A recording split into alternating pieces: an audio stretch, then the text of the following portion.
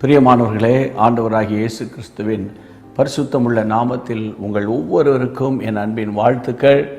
Jesus meets YouTube families, GPS Robinson ஃபேஸ்புக்கில் இருக்கிற families, உங்கள் எல்லாரையும் நினைக்கும் போது கர்த்தரை நான் மகிமைப்படுத்துகிறேன்.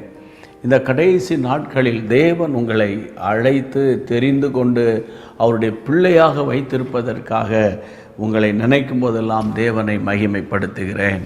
139 கோடி கொண்ட ஒரு பெரிய தேசத்தில் நீங்கள் கர்த்தருடைய பிள்ளைகளாக இருப்பதே ஒரு பெரிய ஆசீர்வாதம். கர்த்தருக்கு மகிமை உண்டாவதாக. அனுதினமும் ஆவியானவரோடு என்ற இந்த ஒரு குறும் செய்தி உங்களுக்கு கர்த்தருடைய கிருபையினால் நான் ஜெபத்தோடு வழங்குகிறேன். நிச்சயமாக இந்த நாள் உங்களுக்கு ஒரு சமாதானத்தையும் ஒரு பலனையும் தேவ கிருபையையும் கொண்டு வரும். கர்த்தருக்கு ஸ்தோத்திரம். நான் ஒவ்வொரு முறையும் உங்களிடத்தில் தயவாய் கேட்டுக்கொள்கிறது, நீங்கள் மட்டும் ஆசீர்வதிக்கப்படுவது நல்லதல்ல. நீங்கள் ஆசீர்வதிக்கப்படணும், உங்கள் நிமித்தம் அநேகர் ஆசீர்வதிக்கப்படணும். அது எப்படி? இந்த செய்தியை கேட்ட உடனே உங்களுக்கு தெரிந்த உங்கள் ஃப்ரெண்ட்ஸுக்கெல்லாம் நீங்கள் ஷேர் பண்ணும்படி இயேசுவின் நாமத்தில் அன்போடு கூட நான் கேட்டுக்கொள்கிறேன். சரியா? தேவன் நல்லவர். ஆண்டவருடைய வார்த்தைக்கு போவோம். கர்த்தருடைய பிள்ளைகளை, ரோமர் 8ஆம் அதிகாரம் 27ஆம் வசனம். ஆவியானவர் தேவனுடைய சித்தத்தின்படியே பரிசுத்தவான்களுக்காக வேண்டுதல் செய்கிறபடியால் இருதயங்களை ஆராய்ந்து பார்க்கிறவர் ஆவியின் சிந்தை இன்னதென்று அறிவார். ஆவியானவர் தேவனுடைய சித்தத்தின்படி பரிசுத்தவான்களுக்காக வேண்டுதல் செய்கிறார்.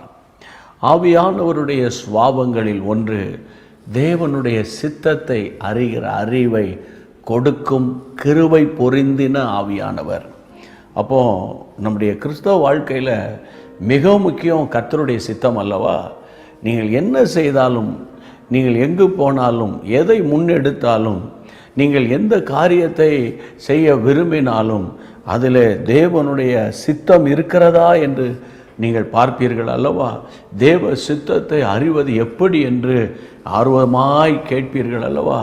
உங்களுக்கு ஒரு அன்பின் செய்தி என்னவென்றால், பரிசுத்த ஆவியின் அபிஷேகத்தில் நீங்கள் நிரப்பப்பட்டு அனுதினமும் நேரம் கிடைக்கும் போதெல்லாம் பரிசுத்த ஆவிக்குள்ளாக நிரம்பி நீங்கள் என்னென்ன காரியங்களை முன்னெடுக்கணும், செய்யணும் அப்படி என்று விரும்புகிறீர்களோ அதை உங்கள் உள்ளத்தில் நினைத்து கொண்டு அந்நிய பாஷையிலேயே நீங்கள் ஜெபம் பண்ணி கொண்டு வாருங்கள். தேவனுடைய சித்தம் அழகாய் உங்களுக்கு வெளிப்படும். ஒருவேளை தேவனுக்கு பிரியமில்லாத காரியத்தில் நீங்கள் இறங்க போகிறீர்கள் என்றால் தேவனே அதை தடுத்து விடுவார். அவர் தடுக்கும்போது பாருங்கள், உங்களுக்குள்ள எந்த விதமான கலக்கமும் வேதனையும் வராது. சரியா? ஆவியானவருடைய விசேஷம் அதுதான். தேவ சித்தத்தை அறிவதற்கு உதவி செய்யும் ஆவியானவர்.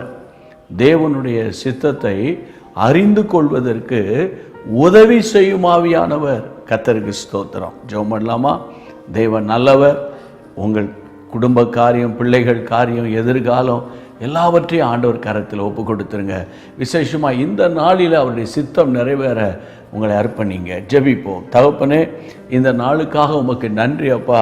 உம்முடைய சித்தத்தை அறிகிற அறிவை உம்முடைய பிள்ளைகளுக்கு நீர் கொடுக்கும்படி ஆண்டவரே, ஆவியானவரே, உம்முடைய சித்தத்தை, தேவனுடைய சித்தத்தை அறிகிற அறிவை உம்முடைய பிள்ளைகளுக்கு நீர் தெரியப்படுத்தி அனாவசியமான அலைச்சல்கள், அனாவசியமான பொருள் செலவுகள், அனாவசியமான பண செலவுகள், வீணான குழப்பங்களுக்கு உம்முடைய பிள்ளைகளை இன்றைக்கு விலக்கி காத்து நன்மையினாலும் கிருபையினாலும் இந்த நாள் முழுவதும் நீர் வழி நடத்தும்படி நாங்கள் ஜெபிக்கிறோம்.